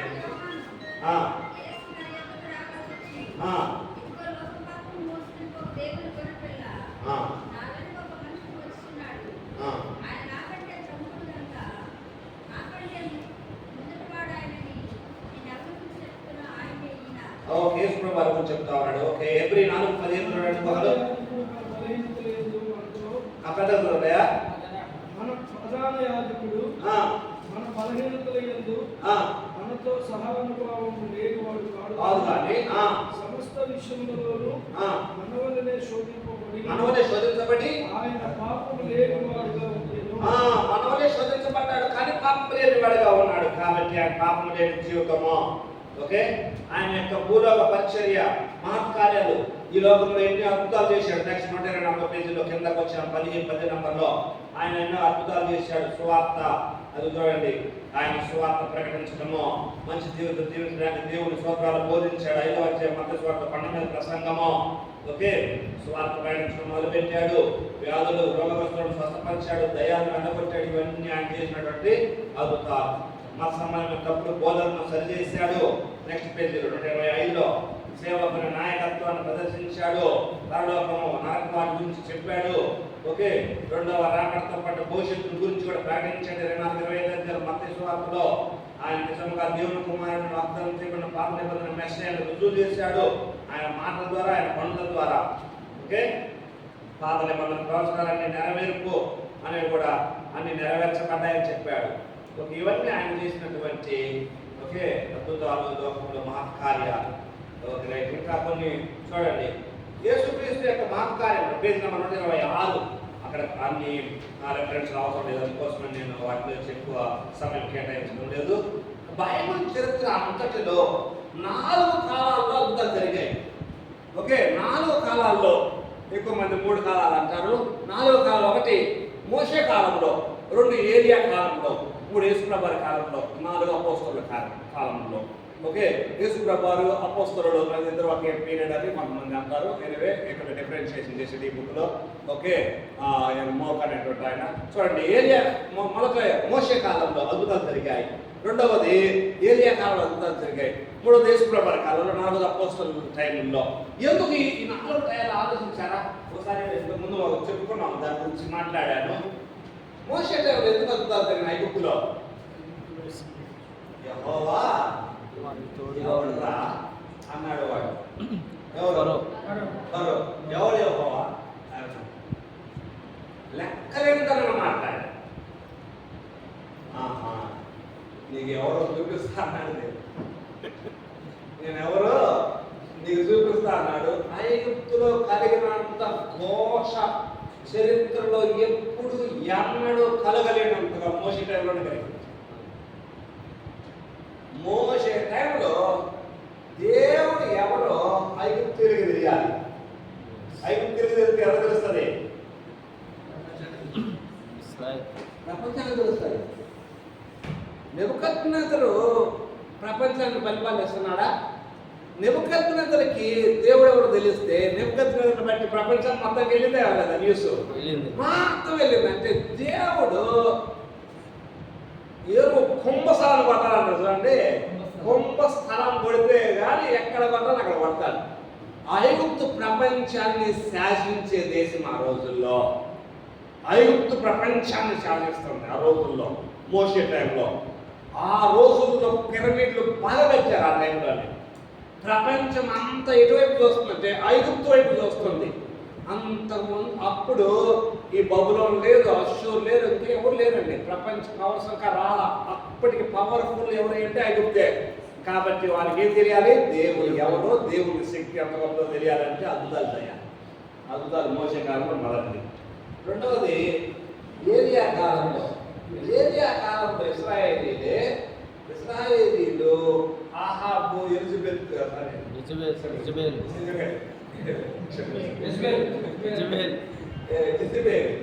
ఆహాబు, యెజబెలు పెట్టినటువంటి ఆ యొక్క విగ్రహాలను పెట్టి బయలా దేవుడు, యెహోవా దేవుడు, ఎవరు దేవుడు అనే కన్ఫ్యూజన్ లో ఉన్నారు. ఈ కన్ఫ్యూజన్ మొత్తం కావాలంటే ఇలా తెలియాల విషయం అనేటువంటిది దేవుడు ఏం చేశాడంటే ఏలియా ద్వారా అద్భుతాలు చేయించాడు. ఏలియా ద్వారా అద్భుతాలు చేయించాడు. తర్వాత ఎలీషా ద్వారా అది కంటిన్యూ అయింది. ఇశ్రాయేలుకి ఏం తెలియాలి? యెహోవాయే దేవుడని తెలుసు.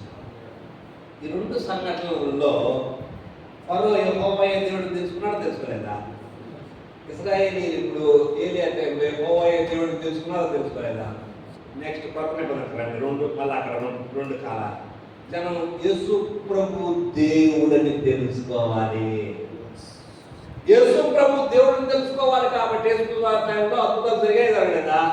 అద్భుతాలు జరిగాయి. యేసు ప్రభువే రక్షకుడు అని అపోస్తలులు బల్లగుద్ది చెప్తున్నారా? బల్లగుద్ది చెప్తున్నా వాళ్ళు ప్రకటించడం వినమంటే అద్భుతాలు జరగడం, ప్రకటించడం వినమంట అద్భుతాలు జరగడం. దయాలు పెట్టిన వాళ్ళు రోగగ్రస్తులు భయంకరమైన వీళ్ళు నడిచి వెళ్తుంటేనే నీడబడి బాగా అయిపోయారు. వీళ్ళు నడిచి వెళ్తుంటారు, పితులు వస్తున్నారా, పితులు వస్తున్నారా, అరే అరే నేడే పొద్దున్న చూడరా, అరే ఇటు పడేటట్టు నేడు, అరే పంట పెట్టరా, మొత్తంగా పంట పెట్టిన వరసలు పడిపోయారా? ఎందుకు ఏం చెప్పారు? నాకంటే మీరు గొప్ప కార్యాలు చేస్తారన్న. యేసుప్రభు వారు నీడబడి ఎవరైనా బాగయ్యారా? యేసుప్రభు వారు నీడబడి ఎవరైనా బాగయ్యారా? ఎక్కడైనా రికార్డు ఉందా మీ దగ్గర? ఉంటే కొద్ది చూపించండి. నాకు రికార్డు లేదు కదా. కానీ శిష్యులు నీడబడి బాగయ్యారా? బాగాలేదా? శిష్యులు నీడబడి బాగయ్యారు. నడికట్లు కచ్చి వాళ్ళ కచ్చేపులు అవి ముట్టి అవి తాగితే బాగైపోయారు. అంత అద్భుతాలు అపోస్తలుల కార్యములలో అద్భుతాలు. ఎందుకు? యేసయ్యే రక్షకుడు. ఆయన్ను మీరు వేశారు, దేవుడు ఆయన్ను లేపాడు. దానికి మేము సాక్షులము. ఎందుకు సాక్ష్యం? ఎందుకు? పాత నిబంధనలో యెహోవాయే దేవుడు, కొత్త నిబంధనలో యేసుక్రీస్తు దేవుడు, కుమారుడే దేవుడు. మనం మాట్లాడుకున్నాం తండ్రి కుమార పరిశుద్ధాత్మలకు ఉన్న ఒకే ఒక నామము ఏం చెప్పుకున్నాం? యావే, యెహోవా. యెహోవాయే దేవుడు అంటే తండ్రి దేవుడు అని మనం మామూలుగా అనుకుంటాము. అక్కడ పరిగణ పాయింట్. తండ్రి కుమార పరిశుద్ధాత్మే దేవుడు, ఆయనే. కొత్త నిబంధనలో ఆయనే శరీరధారికి ఇక్కడికి వచ్చాడు, భూమి మీదకి వచ్చాడు. ఈయనే దేవుడు. టోటల్గా పాత నిబంధన కొత్త నిబంధన అద్భుతాలు పర్పస్ ఏమిటయ్యా అంటే టోటల్గా ఎవరు దేవుడిని YH ఎవరు దేవుడు తెలుసుకోవాలి? యెహోవాయే దేవుడు. స్థానంలోకి వెళ్ళకూడదు. యెహోవా అనగానే తండ్రి అని అక్కడికి వెళ్ళకూడదు. యెహోవా అనగానే నీకు ఎవరు ఎక్కడికి రావాలా? తండ్రి, కుమార, పరిశుద్ధాత్మ అక్కడికి రావాలి. మైండ్ వెంటనే అక్కడికి రావాలి. ఓకే, యెహోవా నామము, ఆయన నామము. ఓకే, ఆ కాలంలో ఆయన అట్లా నడిపించాడు. కాలం పరిపూర్ణమైనప్పుడు కుమారుడుగా మన మధ్యలోనికి వచ్చాడు. ఆయన దేవుడిని తెలియటం కోసం 4 కాలాల్లో అద్భుతాలు జరిగాయి. Okay, right. చూడండి, ఒక్కొక్క కాలంలో జరిగిన ఈ మహత్కారం ప్రధానంగా మనుషులకు దేవుడిని తెలియపరిచాయి, ఆయన మహిమపరిచాయి. దేవుడి యొక్క శక్తి ఆధిక్యత చూపించడం, దేవుడి వాక్యం అధికారికంగా చేయడం, దేవుని వర్తమానికుడిని దృఢపరచడం. అక్కడ మోషేను దృఢపరచడం కోసం, ఏలియాను దృఢపరచడం కోసం, ప్లస్ అపోస్తలుల కార్యక్రమాలు చూస్తే అపోస్తలులను దృఢపరచడం కోసం ఇవంతా మనకు ఇవ్వబడ్డాయి. ఓకే, యేసుప్రభు వారు మెస్సయ్య అని ఆయన ఓకే దేవుని మహిమపరచారు. యేసుప్రభు దేవుడిని రుజువుపరిచినవి మానవులు యేసుక్రీస్తును విశ్వాసం ఉంచినట్లు చేశాయి. Okay, right. ఆయన రక్షణ పరిచర్య చూడండి, పేజ్ నెంబర్ 127. ఫాలో అవుతున్నారా? అవగలరా? ఫాలో అవ్వగలరా? అవలేరా?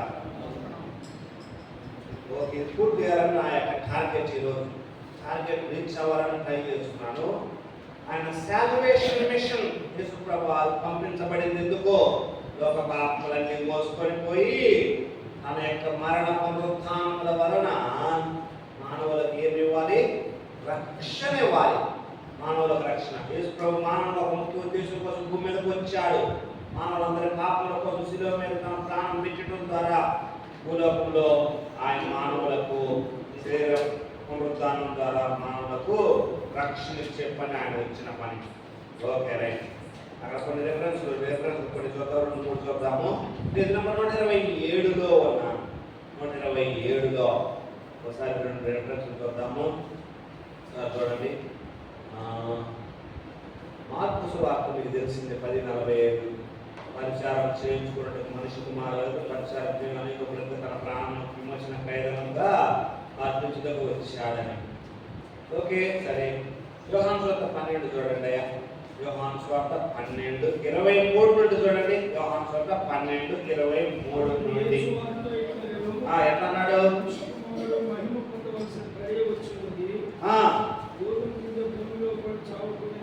గడియ వచ్చి ఉన్నది అన్నాడు కదా.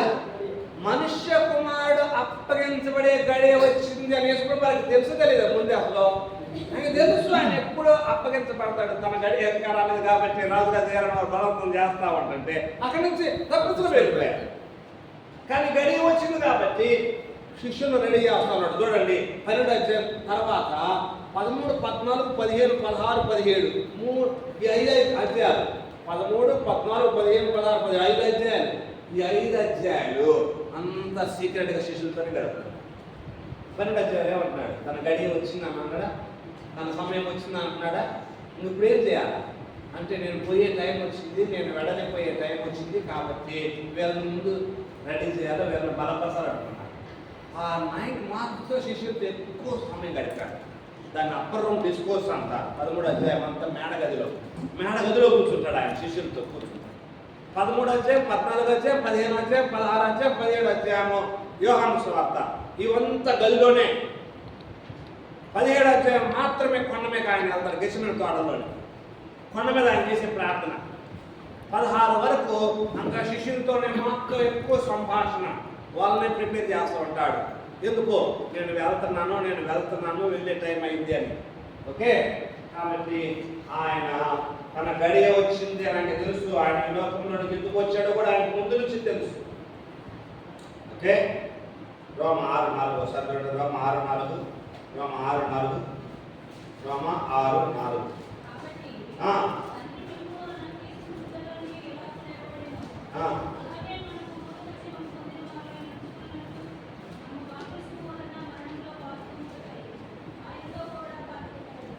ఓకే, చూడండి. యేసుప్రభువు మొదటి ఆయన తిరిగి లేపబడ్డాడు అని చెప్పేసి అక్కడ మాట్లాడుతూ ఉన్నాం. యేసుప్రభువు మరణించి తిరిగి లేపబడటం జరిగింది. Next page number 128. What motivated Christ to come to earth to die since he did not have to? ఆ తర్వాత బాక్స్లో ఒక మాట చూడండి. యేసు ప్రభు వారు ఈ లోకంలోనికి ఆయన చేయనవసరం లేదు, కానీ క్రీస్తు ఈ లోకంలోకి వచ్చి మరణించుటకు ఏది ఆయన ప్రేరేపించింది? ఆయన ప్రాణం పెట్టాలి. అసలు అయితే ప్రాణం పెట్టాల్సిన అవసరం ఉందా? అవసరం ఉందా? లేదు. కానీ ఏది ప్రేరేపించింది, ఏది మోటివేట్ చేసింది ఆయన ప్రాణం పెట్టేటట్టుగా? ఆయన్ని వచ్చి ప్రాణం పెట్టేటట్టుగా ఏది బలవంతం చేసింది? మనుషులే. ఆయన ప్రేమ అంటాను నేను. ఆయన ప్రేమ ఆయన్ని బలవంతం చేసింది. ఆయన మానవుడు నశించుకోక ఆయనకి ఇష్టం లేదు. దీనికోసం నేను ఏదో ఒకటి చేయాలి, దీనికోసం ఏం చేయాలి? ప్రాణమే ఇస్తాను, నా లైఫ్ ఇస్తాను అని దేవుడు ఆయన ప్రేమ ఆయన్ని బలవంతం చేస్తే వచ్చి ఆయన ప్రాణం ఇచ్చాడు. ఓకే, ఇప్పుడు యేసుప్రభు ఆఫీసెస్ అంటే ఆయన హోదాలు ఎలాంటి హోదా కలిగి ఉంటాయి? ఆఫీస్ అంటే ఆయన కర్తవ్యాలు, విధులు ఎలాంటివి? విధులు ఒక ప్రవక్తగా ఉన్నాడు యేసుప్రభు. ఆయన ఒక ప్రవక్తగా జరగబోయే కూడా ముందే చెప్పాడండి. జరగబోయే కూడా చెప్పాడు, చెప్పలేదా? కొన్ని విషయాలలో మొదటి సువార్తలు చూస్తాము, భవిష్యత్తులో ఏం జరగబోతుందని చెప్పాడు. ఒక ప్రవక్తగా ఉన్నాడు యేసుప్రభు. ఓకే, రెండవది ఒక యాజకుడిగా ఉన్నాడు యేసుప్రభు. ఆయన ప్రవక్తగా అనేటువంటి దాని గురించి పాత నిబంధనలో ఒక రెఫరెన్స్ చూద్దాం. ఒక్కసారి చూడండి, పాత నిబంధన ద్వితీయోపదేశకాండం 18 చూడండి. ద్వితీయోపదేశకాండం 18 14 నుండి 22.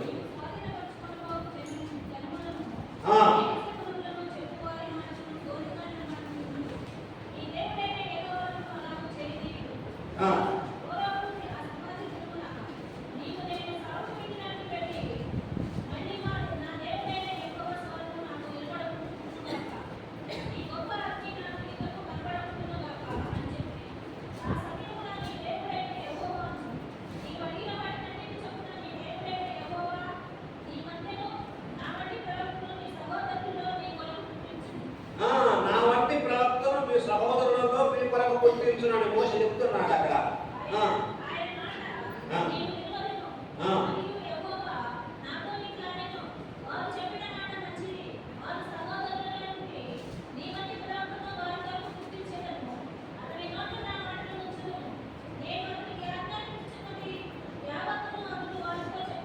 చూడండి, ఆయన నోట నా మాట పుస్తాను, నేను యావత్తు ఆయన తెలియజేస్తానని చెప్పేసి రాబోయేటువంటి యేసుక్రీస్తు ఒక ప్రవక్తగా రాబోతున్నాడని ముందే చెప్పబడింది ద్వితీయోపదేశకాండం 18లో.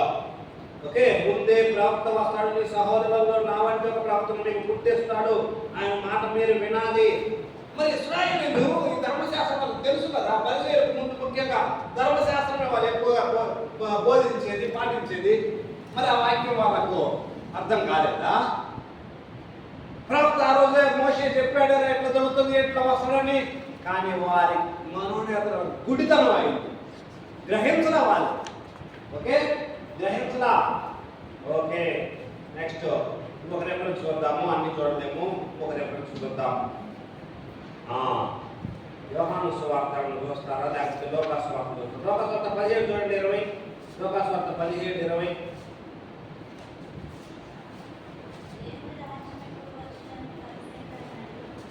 పెద్దగా చదవండి, కొత్త శిక్షణ గారు.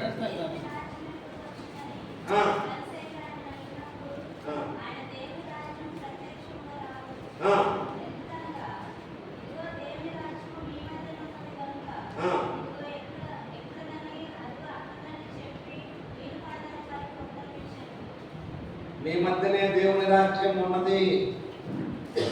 లోకాసు వార్త 17:25 తీసుకుంది. మీ మధ్యనే దేవుని రాజ్యం ఉన్నది అంటున్నాడు. కొద్ది ముందుకు రండి, ఏమన్నా కొన్ని మాట్లాడుతున్నాం చూద్దాము. 17 ఇంకా చూడండి. నోవహు దినములలో జరిగినట్టు మనుష్య కుమారుని దినములలో జరుగును. 26 చదువుతున్నాం. ఓడలోని తెలుసు అందులో జలప్రళయం వచ్చి వారిని నాశనం చేస్తూ లోతు దినములలో జరిగినట్టు జరుగును. నాటు ఇల్లు కడుతూ ఉండేది. లోతు సొదొమడిపోయిన దినం ఆకాశం అగ్ని గతంలో పోయి వాళ్ళందరూ నాశనం చేసిన ఆ ప్రకారమే మనిషి కుమారుడు ప్రత్యక్షంగా ఒక దినమున జరుగును. ఇదే దేని గురించి మాట్లాడుతుంది యేసు ప్రభువు? భవిష్యత్తులో జరగబోయే దాని గురించి మాట్లాడుతున్నారు కదా, అవునా కదా? పూర్వం ఎట్లా జరిగింది, భవిష్యత్తులో కూడా జరగబోతుంది, అట్లనే జరగబోతుంది అని చెప్తా ఉన్నాడు. ఓకే, అతను మిద్ది మీద ఉండేవాడు ఓకే కిందకి రాకూడదు, మళ్ళా పొలంలో ఉండేవాడు తిరిగి రాకూడదు, లోతు భార్యను జ్ఞాపకం చేసుకున్నాండి, తన ప్రాణం రక్షించుకుని వాడు దాన్ని పోగొట్టుకున్నాను, దాన్ని పోగొట్టుకున్నాడు, దాన్ని తిరిగి కాపాడుకున్నాను. ఇద్దరు ఒక మనసు మీద ఉన్నారు, వాళ్ళు ఒకరు కనుక్కోబడి ఒకరి నుంచి కట్టబడను, ఇద్దరు తిరిగి ఒకరు తీసుకుని పోబడను. ఇదంతా ఆయన మాట్లాడుతున్నాడు. భవిష్యత్తులో ఎట్లా జరగబోతుందని ప్రవక్తలాగా చెప్తున్నాడు యేసు ప్రభువు. ఓకే, కాబట్టి యేసు ప్రభువు గారు ప్రవక్తలాగా ఉన్నాడు. రెండోది ఆయన యాజకుడు లాగా ఉన్నాడు. ఆయన యాజకుడు. ఆయన చూడండి పాత నిబంధనలో 16వ అధ్యాయం చూడండి, లేవి 16 21-22.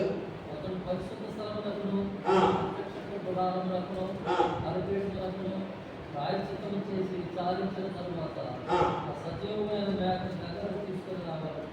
అప్పుడు అహరోను సజీవమైన మేక తన రెండు చేతుల నుంచి ఇశ్రాయేలు పాపములన్నీ అనగా వారి దోషములన్నీ వారి అతిక్రమములన్నీ దాని మీద ఒప్పుకొని ఆ మేక తల మీద వాటిని మోసి తగిన పరిస్థితి చేత అరణ్యంలోనికి దానికి పంపవాడు. చూడండి అక్కడ చూస్తే ప్రధాన యాజకుడు ఎట్లా చేస్తాడు, అదార్థం ఒక మేక పిల్ల తీసుకుంటారు, ప్రజలందరూ చేతులు పెడతారు దాని మీద. ఒక 2 మేక పిల్లలు అక్కడ మాట్లాడేది ప్రధాన యాజకుడు చేసే అదంతా చెప్తున్నారు. ఆయన ఇందాక మనం హెబ్రీ రాసిన పత్రికలో చూసాము, ఆయన తన స్వరక్తాన్ని ఒకసారి తీసుకుని పోయి అతి పరిశుద్ధ స్థలంలో ప్రవేశించాడు అని మాట్లాడారు. యేసు ప్రభువు వారు ఈ యాజకుడుగా కూడా ఉన్నారు. యేసు ప్రభువు వారు యాజకుడు దాకా నాతో నేనే నా ప్రాణం పెడుతున్నాను, యోహాను సువార్త 10లో ఉంటుంది అది, నాతో నేనే నా ప్రాణాన్ని పెడుతున్నాను అని.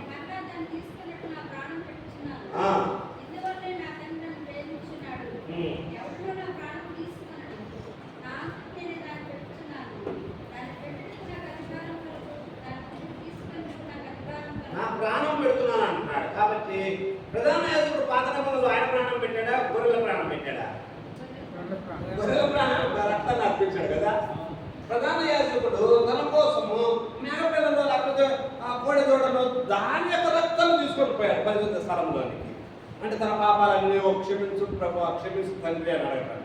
ఆయన ప్రాణం పెట్టాల. కానీ ఈ ప్రధాన యాజకుడు తన ప్రాణం పెట్టాడు, తన రక్తాన్ని తీసుకుని పోయాడు. అది పరిశుద్ధ స్థలంలో తన ప్రాణాన్ని పెట్టాడు. ఆయన తన ప్రాణాన్ని పెట్టాడు ఆయన ఇష్టానుసారంగా. అది కూడా ఆయన ఇష్టానికి వాలంటరీ. Okay, voluntary. ఎవరైనా బలవంతం చేశారు చనిపోవాలని? ఎవరు బలవంతం చేయలేదు. ఆయన వాలంటరీగా వచ్చాడు ముందుకు. ఇందాక మాట్లాడుకున్నామే, ఏది బలవంతం చేసిందంటే ఆయన ప్రేమ బలవంతం చేసింది. ఓకే, ఆయన యాజకుడు, తర్వాత ఆయన న్యాయాధిపతి, ఆయన సర్వలోకాలకు తీర్పు తెచ్చిపోయేదానికి రాబోతున్నాడు ఒక రోజున. ఆ రోజున మొత్తానికి తీర్పు తెలుస్తాడు. 3:16లో ఓకే ఆల్రెడీ తీర్పు వాడి మీద నిలిచి ఉంది అంటాడు. అక్కడ ఎవడైతే యేసు ప్రభువుని నమ్మడో వాడి మీద తీర్పు ఆల్రెడీగా ఉంది అని అంటాడు. కాబట్టి ఆయన తీర్పు తెలుసుకోతున్నాడు.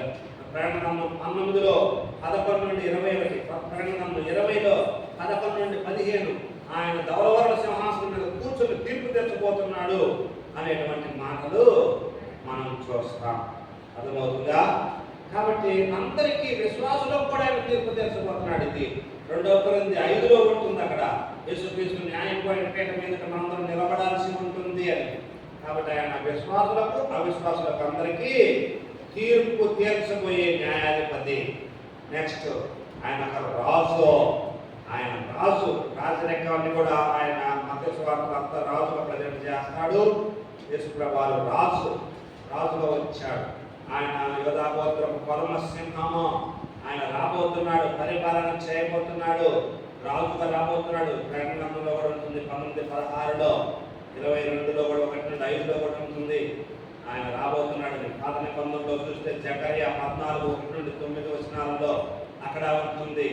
ఓకే, ఆయన మహారాజుగా రాబోతున్నాడు, పరిపాలన చేయబోతున్నాడు. కాబట్టి ఆయన టోటల్గా మనం చూస్తే ఆయన ఒక ప్రవక్తగా, ఒక యాజకుడిగా, ఒక న్యాయాధిపతిగా, ఒక రాజుగా ఆయన విధులు నిర్వర్తించడం జరిగింది.